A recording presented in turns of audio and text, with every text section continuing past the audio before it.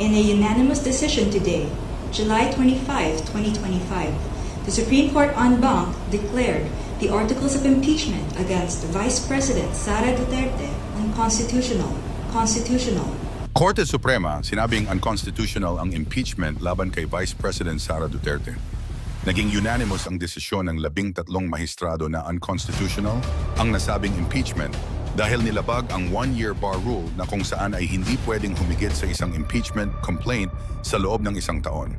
Matatandaan na umabot sa 4 ang impeachment complaint na ipinasa sa House of Representatives ng iba't ibang grupo na gustong ma-impeach ang Vice President, na kung saan ay ang pang-4 ang ipinasa naman ng House of Representatives sa Senado.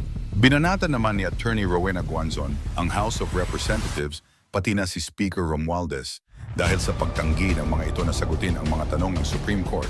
House of Representatives ay ayaw sumagot sa Supreme Court. Saksakan na talaga ang kapangyarihan ni Speaker Romualdez sa ilalim ng administrasyon ng kanyang pinsan, ni President BBM. Sabi naman ni Senator Rodante Marcoleta, ang 3 impeachment ay panis. Yung unang 3 impeachment complaints, hindi lang hilaw panis Bakit ka? Ganun ba? Oh. Kala mo yung pinatagal. Panuorin pa natin ito. Pero bago yan, huwag kalimutang mag-like at subscribe para sa mga pinakabagong balita. Marmo, baka sakaling may makita nga ako riyan. Wala Isinara na po ang lahat ng mga pagkakataon para ikaw man lang ay humingi ng motion for reconsideration. Tsaka immediately executory. Opo. Wala nang MR yan. Wala nang appeal yan. Yun pala yung immediately, walang forthwith. Kundi agad-agad, dapat ipatupad pala yan. Ang liwanag naman kasi kagaya ng binabanggit natin, doon sa una pa lang na mga pagtalakay natin dyan, wala talagang, alam mo, ito maaring magdamdam yung ibang makakarinig, lalong-lalo na yung mga kasamahan ko sa House of Representatives dati. Opo. Pero pwede nating ipaghalimbawa yan sa nagsaing ng kanin dyan. Okay. Nagluto.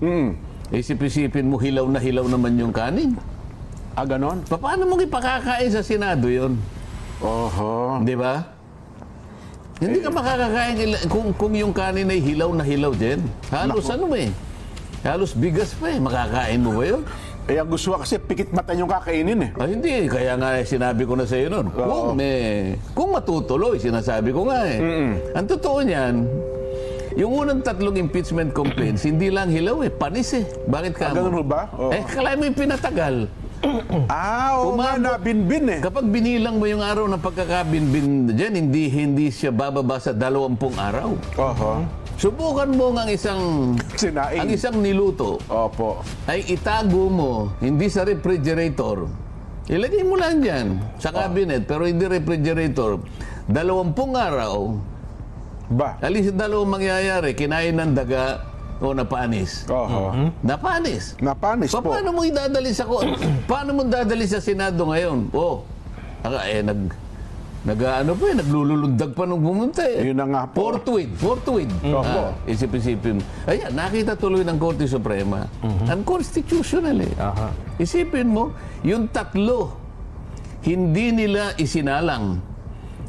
Nilagay sa cabinet, napanis, pagkatapos gagawa ng pangalawa raw at diniretso sa Senado. Sabi ng Korte Suprema, that's in violation of the 1-year rule ban. Hindi po pwede yun. Dapat kung ikaw, dapat yung pang-4, kasi ituturing mong pangalawa ito Yung pang-4 halos naging pangalawa lang dahil yung unang 3, isa lang yun, pinatay. Ngayon, kung gusto mong mag-file ka sa February 5 o February 6, 2026. Kasi yun ang pang isang taon. Isang taon Hindi ang ginawa mo, pinatay mo yung unang 3, pagkatapos, nung pumitada yung Pebrero 2025, bigla mong tinransmit sa Senate. So, nahalata tuloy. San, babasahin ko na para makumpleta ko na yung detalye. Sige. At magkaroon tayo ng buong konteksto.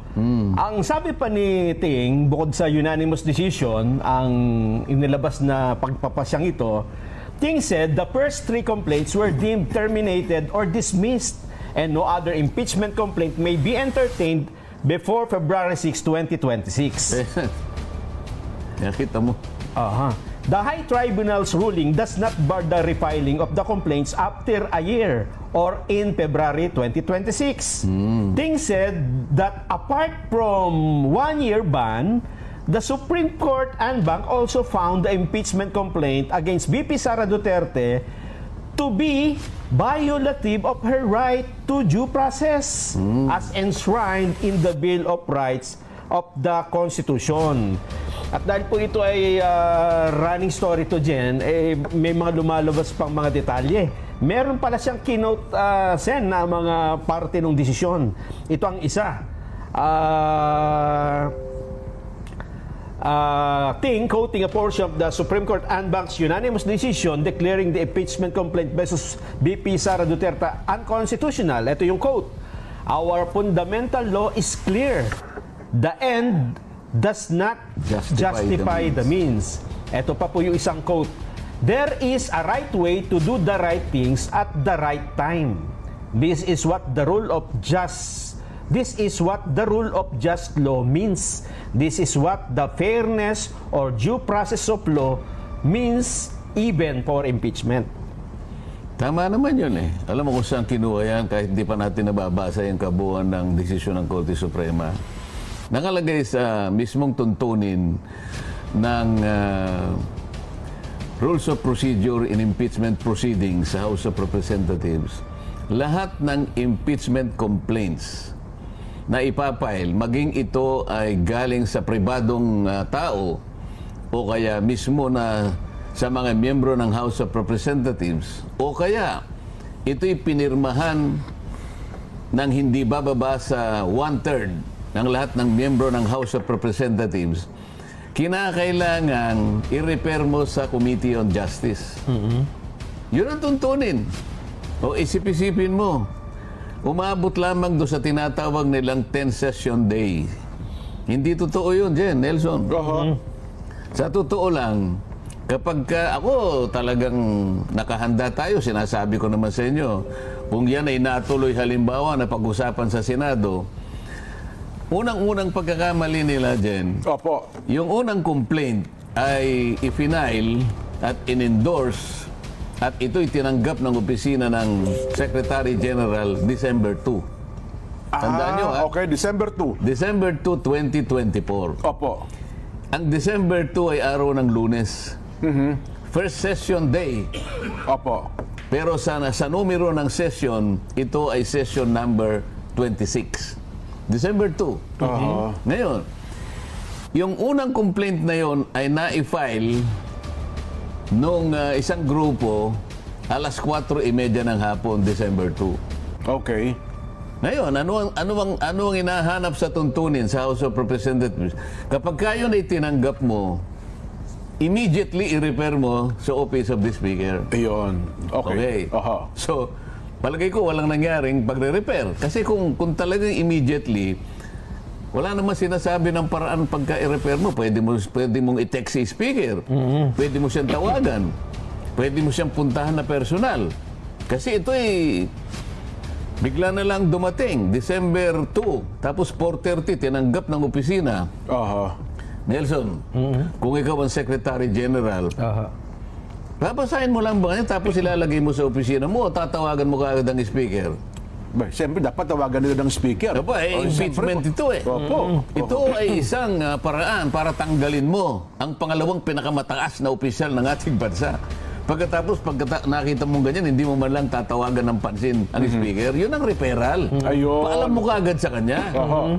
Yun ang inihingi. Sabi niya, immediately. Bakit wala sa order of business? Sasabihin nila, hindi po namin kaagad nailagay dyan kasi po yung order of business po, ginagawa namin ng maaga. Umaga lang po. Umaga pa lang. Ginagawa na namin yan kasi po magsisimula po yung session alas 13.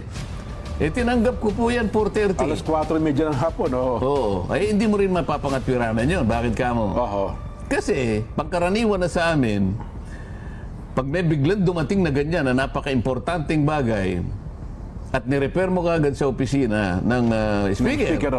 Sabi ng speaker, sige, isama mo additional reference of business. Ayun, so pwede naman palang gawin yun. Pwede mong gawin May kapabalian naman pala Ang totoo niyan, yung apat na yan, nung i-repair nila doon sa sinasabi nilang 10th session day, Opo. yun ang February 5. Ayun. Wala siya doon sa order of business doon sa araw na yon. Oho. Kaya nga sinasabi ko, kung ito'y halimbawa umabot sa Senado. Oho. Unang tanong ko sa kanila, hawak-hawak ko yung Opo. hawak-hawak ko yung session number 36. Ito yung sinasabi niyong 10th session day. Opo. Kapag ka napatunayan ninyo na ito'y nakasulat dito, ibig sabihin, in-include nyo. Andyan talaga, oo. Magre-resign ako as Senator of the Republic. Naku, mabigat. Okay? Kasi wala eh. Hawak ko na eh. Opo. Bakit ninyo ipinangatwiran? Pinangatwiranan ninyo na pati sasagot ng Solicitor General eh. Opo. Ha? It was included in the order of business, sabi niya. Ito po yung aming katibayan, Annex A. Halimbawa, ano? Annex A. Session number 36, order of business. Pagka tinignan mo, wala doon. Saan mo makikita? Sa journal. Sa journal number 36. Doon makikita kasi additional reference of business. Ayun pala Isipin mo, yun. balikan natin kamo yung December 2. What is so spectacular about December 2? Pagka tiningnan mo, dalawang panukalang batas lang ang binasa on first reading. Dalawa lang. Walang hindi masyadong busy yung araw na yun. Yung December 2, ha? Opo. Pangkaraniwan, Jen. Opo, Monday yun. Lalo na yung nag-uumpisa kami yung mga ganito. Opo. Halos 100 ang babasa. Kaya mahaba yung session eh. Yung December 2, balikan mo yun, reviewin mo. Dalawang panukalang batas lang ang binasa. Ilang minuto lang yun na babasahin mo. 3 resolutions, 2 panukalang batas. Pagkatapos lahat na communications, mga letters from different agencies, to the archives, to the archives, to the archives. Ibig ko sabihin, kapag ka tiningnan mo yung volume ng business na tatalakayin no December 2, 30 minutes tapos eh. Bakit hindi nyo sinama na additional reference of business yung impeachment na tinanggap nyo at 4:30 samantalang yun ay isang napaka-importanting bagay? Doon pa lang. Pagkatapos sumagot yung Solicitor General. Inamin ba naman niya yung 3 kanyang ganon at saka yung pang-4 ay isinama namin sa order of business na pag tinignan mo wala. Ang totoong ginawa nila, considering that the fourth impeachment complaint signed by more than 1/3 of the members of the House of Representatives has been transmitted to Congress, the 3 earlier impeachment complaints have become moot and academic and they were sent to the archives. Alam mo ibig sabihin no? Pinatay po namin. Pinatay nyo. Kaya nilagay sa archive. Sabi ng Korte Suprema, pinatay ninyo. Ibig sabihin, yung pangalawa, hindi na pwede. You violated the 1-year ban rule. Ayun. Simple. So yun pala yung binabanggit ng Korte Suprema na nalabag yung 1-year ban rule ng impeachment complaint. Ayun. Kasi kung yun ay ni-repair ninyo sa Committee on Justice, may tumuloy na sana eh. Walang tumuloy na proceedings kasi walang ni-repair. Walang ni-repair sa Committee on Justice. Yun ang pinaka-ultimate na destination ng lahat ng impeachment complaints. Umabot lamang dun sa order of business eh. Pagkatapos in archives, nasaan ang pumunta sa Committee on Justice? Wala, kahit isa. Yun pala yun. Wala. Unconstitutional. Bakit? Yung dalawang requirements doon, yung i-include mo sa order of business, nakasulat sa Constitution eh. Pagkatapos, in 3 session days thereafter, sabi niya, kapag lumabas nga sa order of business, i-repair mo naman sa Committee on Justice. Hindi nangyari yun. Yung 4, hindi dumating sa Committee on Justice. Wala sa rules yun eh. Bakit dinala mo sa archives, hindi doon sa Committee on Justice? Kaya pala unanimous yung desisyon ng Supreme Court. Nasaan, ano, ha? Mukhang hindi nahirapan. Mukhang walang pumanig ni isa man, ni wala pang dissenting opinion. Hindi, pagka unanimous, ibig sabihin Unanimous lahat. Talagang, ganun pala, no? Wala. Ganun kagrabe. Bakit sinabi na walang due process din? Kanina, nabanggit niya. Yes. Ipaliwanag natin bakit walang due process. Bakit po? Hindi nga dumating sa Committee on Justice, doon mo kasi tatawagin ng Vice President para kahit papano, kung gusto niya mag-appear doon, magpaliwanag, o magbigay ng doon pa lang, sagutin niya. Walang nangyari. Wala rin ho kasing gano'n, no? Ni isang pagdinig ata sa Committee on Justice, wala pong nangyari. Wala eh. Diniretso agad eh. Marami silang itinago doon sa kanilang tuntunin. Opo. Kung babasahin nila Section 2 nung kanilang Rules of Procedure in Impeachment Proceedings, Section number 2, Opo. Initiation and Mode of Filings. Ang halimbawa gano'n, Initiation of Impeachment Proceedings. Dalawang bagay lang, ifa-file mo and then referral to the Committee on Justice. Dalawang stages yan. I-file mo and then refer to the Committee on Justice. Lahat. Walang exempted doon. Kahit na ito'y galing sa private individual, galing sa member ng Congress, o kaya pinirmahan ng 1/3 o higit pa. Lahat ng ito nakalagay sa Section 2, i-refer mo sa Committee on Justice. Committee on Justice, ayun. Yung port complaint dumating, hindi tinransmit ka niyan. Opo, dinalagin sa Senado yun. Yun ang kanilang pag-aakala na kapag ka 1/3, ita-transmit mo. Samantalang kung basahin niya uli doon, ang sinabi lang, pagka 1/3 o higit pa, yung pagta-transmit doon, gayahin mo kanya yung approval ng isang bill. Yun lang naman ang sinasabi, yung kung paano mo ita-transmit. Pero walang sinasabi na hindi mo muna i-refer sa Committee on Justice. Ayun pala. Ngayon ko naunawaan, Nelson, dyan. Kaya pala pinagmisa yan. Patay na. Kaya ngayon ko lang na-realize. Hindi ba sinasabi na natin yun eh. Nakita ko na yun eh. Nagmisa sila. Sapagkat ibinaon na nila. Patay eh. Pangganito. Ito pa yung isang maliwanag. Doon sa pangangatwiran ng Solicitor General, sabi niya, yung puka niyang mga nag-file at nag-endorse ng mga naunang complaints, halos 7 yun dyan eh. Yung unang complaint, isang nag-endorse. Parang Percival, whatever. Opo, yung representante ng ano. Yung pangalawa, 3 eh. Nandun sila Arlene Brosa, sila yung ano, ganyan. Teacher ata yan. Tapos meron na namang parang 2 na naman yon. Opo. Tapos yung isa si Congressman Bordado. Yan, basta 7 lahat yon. Ang sabi nung Solicitor General, yung nag-endorse nung 3 complaints. Naunang 3 complaints. Nag-endorse din sila, pumirma din sila. Doon sa pang-apat. Ang tanong. So bago nyo tinransmit sa Senate noong February 5, 2025, itong 7 na nag-endorse nung unang complaint, na nag-endorse din nung pangalawa, ibig sabihin 2 complaints ang in-endorse. Tama o hindi? Hindi tama po. Technically, hindi violation talaga. Dahil isa lang talaga eh. Isa lang talaga isang ano. So, nagpasilo sila sa sarili nilang ano eh. Inamin ng Solicitor General. Ito po kanya pinakita pa yung ano yung pirma dun sa Opo, yung mga pinirmahan po nila. Yung signature page nung pang-apat. Ayan po kanya. Ayan po kanya. Ginawang exhibit pa eh. Di ibig sabihin, kung ako ang Korte Suprema, di malinaw yun. In-endorse mo rito, nag-endorse ka nito. Di kayong 7 kanya na endorser, bago pa dumating sa Senate, kasi pinirman eh. Maliwanag na kayo. 2 beses nag-endorse ng impeachment complaint. Paano kayo mag-endorse ng 2 within 1 year? Hindi pwede. Sayang, ano? Ang alam ko, sa hearing yung sa Senado, dapat ibubulgar itong mga ito, no? Oo, pero nandyan eh. Nandiyan na, desisyon na ng Supreme Court. Ang totoo niyan, bago sana mapunta dyan,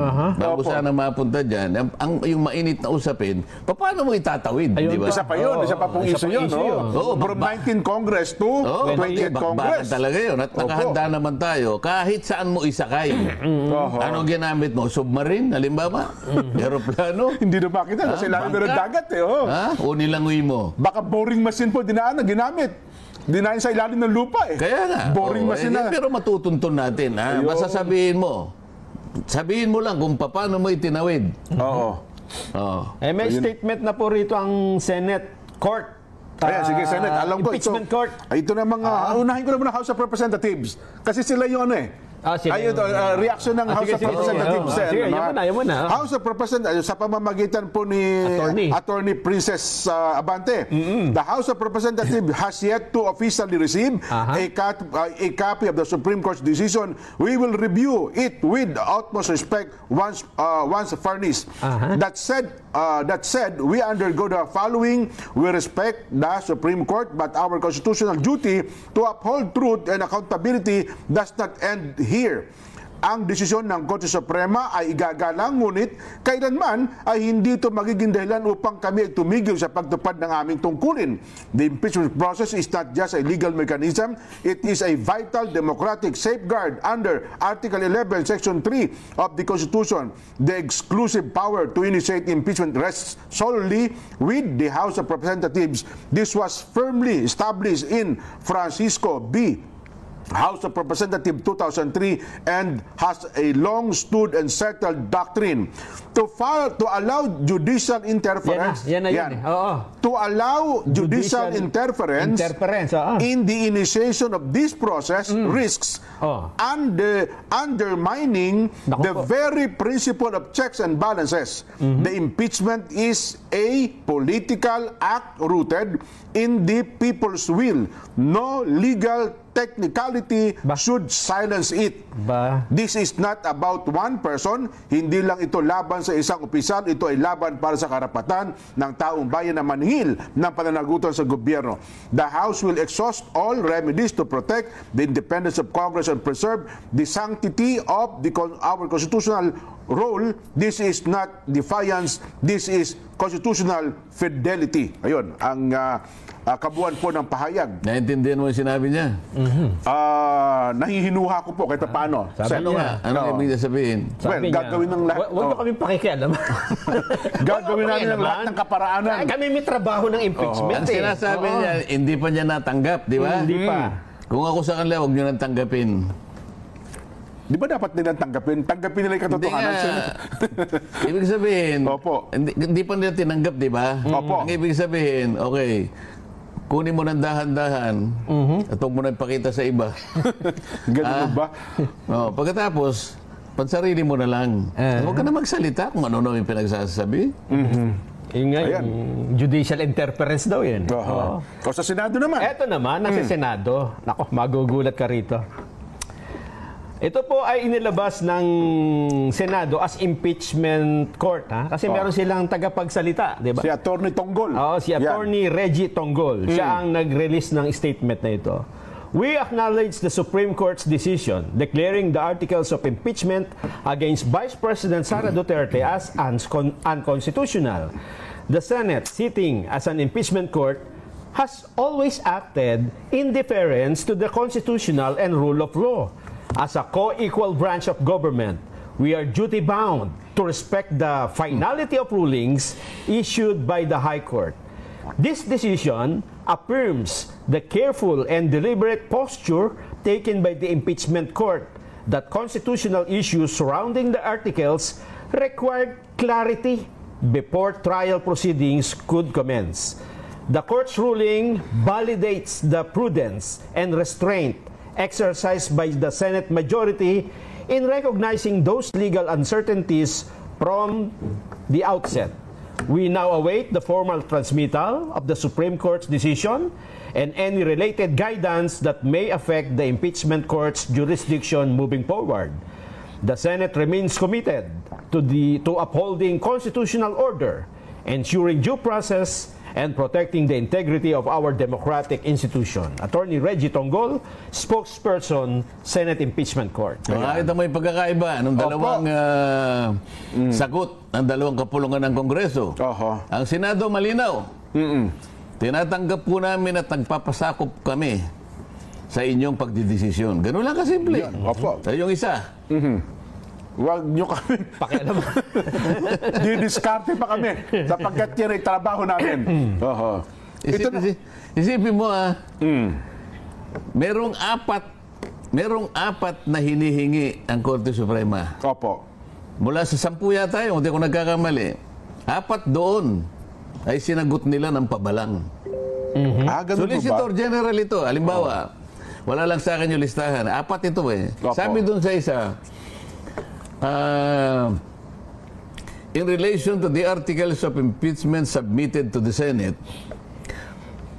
kailangan naming malaman, sabi niya, kung lahat ng mga miyembro na pumirma, yung 215, ay binigyan nyo ng isa-isa ng kopya. Yan.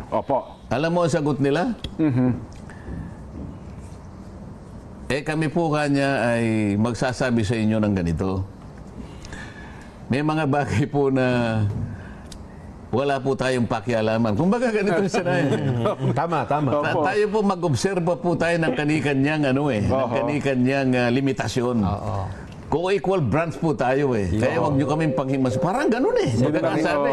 4 ito Tinatanong lang naman lahat po ng pumirma 200 in relation to the articles of impeachment, binigyan po ba nyo sila ng isa-isa ng pagkakataon na mabasa man lang nila ito? Bakit hindi mo isagutin ng totoo yun? In relation to that article, blah, blah, blah. Nabigyan nyo po ba sila ng panahon? Nabigyan nyo ba sila ng kopya ng lahat ng ebidensya na kanilang dapat na mabasa upang sa ganun ay makapirma sila o hindi? Yun, yun ang tipo ng mga pangangailangan ganun ang sagot. Meron po tayo kanyang sariling spear. Kanya-kanya Separation. Para sagutin mo ang Korte Suprema ng ganun. Saman tinatalong lang naman niya Tapos sabi niya, in the case of blah, blah, blah, sabi niya. Pero nakalimutan niya na, ginawa pa niyang bold Kung yan naman kanya hindi nakakita ng kaduda-duda ang Korte Suprema, kaduda-duda nga kaya nga hinihingi nga sa inyo ito Kasi nakakita siya nakakampi sa katauhan ng isang associate justice, retired Sabi, pumirma na nga tatanungin niya pa kung nabasa o hindi. Di ba parang ganun na lang style hilaw nga. Nakita ko yung hilaw nga. Paano ang gagawin mo? Isip-isipin mo naman. Isip-isipin mo, ito nga yung pinapaliwanag natin. Napakasimple lang nito. 3 steps lang ang pinag-uusapan. I-refer mo immediately to the office of the Speaker. Yan po. Ang Speaker naman, i-include niya sa order of business within 10 session days. Pagkatapos, ito yung pangatlo. 3 days thereafter, after the inclusion in the order of business, i-refer mo sa Committee on Justice. 3 lang. Bakit nawala ito? Itong una, hindi ni-refer immediately. Ito naman, sinabi 10 session days. Pero pag binilang mo, kung pang-ilan yung sinabi nilang session 36, pang-11. Pang-11 days. Bakit ka mo? Yung sinasabi ko kanina, December 2, doon i-final yung naunang impeachment complaint. December 2. Yung December 2 is session number 26. Tandaan mo, Nelson? Session number 26, sabi nila, yung section 36, yun ang number 10. Bilangin mo. 26. 27, 28, 29, 30, 31, 32, 33, 34, 35. Opo. 10 na yung 35 eh. Yung 36 pang 11. Pang 11. Ayun. So itinago nila, hindi nila in-include yung section 20, yung session 26 doon sa bilangan. Para lang palitawin. Nagkamali sila sa kanilang pagkwente. Bilang, oo nga. So nung i-present na Solicitor General, hindi nauna siya sa 27. Teka muna. 27 agad. 26 Lunes yun, session day yun, ba't hindi mo include yun? Doon niya ipinail. 4:30 nga lang ng hapon. Pero malinaw, na-file niya sa araw na yun. Ba't hindi mo sinama yun? Yun. So bilangin mo from 26 up to 36, 11 yun. Ayun. So 11 days lumilitaw. Technically, 11 days. Technically, malinaw. Nasa ng napakaraming mali. Una, pag binasa mo yung order of business, wala doon. Pagka binilang mo, hindi 10, 11 days. O, pagpalagay mo ng tama yun, bakit hindi mo dinala sa Committee on Justice? Bakit dinala mo sa archives? Pinatay nila. In-archive. Pag dinala mo sa archives, namatay yun. Kaya nga sabi ko sa iyo na panis. Pagkatapos, itong lutong panis at hilaw na hilaw, dadalhin mo sa Senado at sasabihin mo, o Senate, forthwith. Lunukin nyo yan, ha? Nagmamadali sila. Nguyain nyo ito ng madaling-madali. Ano mga klaseng? Nakita mo sabi ng Supreme Court? Unanimous. Ito po naman ang statement ni BP Inday Sara. Official statement of the defense team of Vice President Sara Duterte. We welcome the Supreme Court's ruling declaring the articles of impeachment against VP Vice President Sara Z. Duterte unconstitutional for violating the one-year bar article under Article 9, Section 3.5 of the 1987 Constitution. The decision of the Honorable Courts affirms that we had maintained from outset that the fourth impeachment complaint is unconstitutionally infirm. This unanimous decision has once again upheld the rule of law and reinforced the constitutional limits against abuse of the impeachment process. We remain prepared to address the allegations at the proper time and before the appropriate forum. Yan po naman ang official statement ng defense team ni BP Inday Sara. Sen. Ewan ko, kung nakita ng Supreme Court to yung verification, isa pang problema yan. Ganun po. Kapag binasa mo yung impeachment complaint na ginawa nila, 32 pages yan, Jen. Yung last page, 32 pages, nakalagay, subscribe and verified before me. Sabi, ang nagsasalita si Secretary General Reginald Velasco. Subscribe and verified before me. Ganyan, ha? Na itong mga signatories are known to me and they're all members of the House of Representatives. Okay. And all of them signed this impeachment complaint consisting of 32 pages. Hindi verification yun. Hindi ba kung sa mga abogado tawag doon jurat. Jurat po ang tao. Ano yung jurat? Yung pinapanindigan mo, nakilala mo yung mga taong pumirma. Ayun. At pinirmahan na nito. At ilan ang bilang ng pahina ng pinirmahan. Yun ang jurat. Jurat po ang para kung gumawa ka ng affidavit na di mo nakalagay ito, subscribe and sworn to before me, Subarjaga, exhibiting to me his ID number, blah, blah, blah. Affidavit, jurat. Ano ba dapat? Abay, na kailangan verification verified complaint yun Ito na naman nasa section, nasa section 14, hindi ako nagkakamali, ng House Impeachment Rules. Yung mismong verification, kukopyahin mo na lang, akalain mong nakalimutan. Nakalagay ito yung verification Opo. Pagkaraniwang ganito yung kanyang termino. We caused the preparation of this complaint. All of them, 215. We caused the preparation of this complaint and we attest to the truthfulness of all the allegations based on our personal knowledge, including our appreciation of the documents appended hereto. Yun ang verification. Naglagay pa nga ng isang section dun sa na kapag sinabi mong hindi personal knowledge, nakalagay doon, kapag yung apayan, sabi niya gano'n, I attest to the veracity of the allegations based on my personal belief. Mali yun, hindi tatanggapin. It is as if, sabi niya, it is a mere scrap of paper. Ganun pala. Basura pala Kung yun. yung naglagay ka na nga ng personal belief, hindi pa tatanggapin eh. Lalo na yung wala. Di lalo na yung wala, hindi mo kinopya. Nako. Isa pang ano yun, isa pang, baka hindi napansin ako, pero palagi ko nakita rin. Page 32, tingnan mo. Hindi yun ang verification na hinihingi ng rules ng impeachment. Isip-isipin mo, letra por letra nilagay na nga para sa kanilang guide eh. Kokopyahin mo na lang kung bakit hindi pa nila kinopya. Nako. Talaga naman. O kaya tinatanong ng Korte Suprema, sino ba ang opisina ang nag-prepare nito? Ayaw din nilang ano eh. Ayaw din sabihin. Isa yun doon sa mga ayaw nilang sagutin. Hindi po ninyo kaya. Hindi po namin pwedeng yung sarili namin.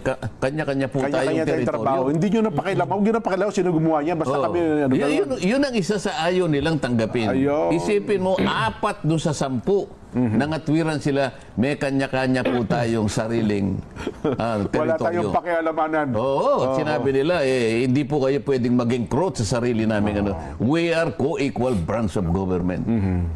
Pero bakit na pala doon sa desisyon na ito, parang walang tinawag na oral arguments? Hindi ba kailangan magkaroon ng oral arguments sa isang usaping ito? Malinaw na nakita niya oral argument, kaya nga humingi siya ng 10 impormasyon. Sabi ko nga yung una pa lang, yung A, letter A. What is the status of the 3 initial complaints? Sabi ko, ito na matindi. Diyan pa lang. Doon pa lang. Magkakaalaman na tayo. Nakalimutan niyo ba yung sinabi ko? Tama. Doon pa lang. Nakita niya, pinatay niyo. Patay. Kung patay yun, yung pangalawa, hindi rin pwede. Hindi lalo yung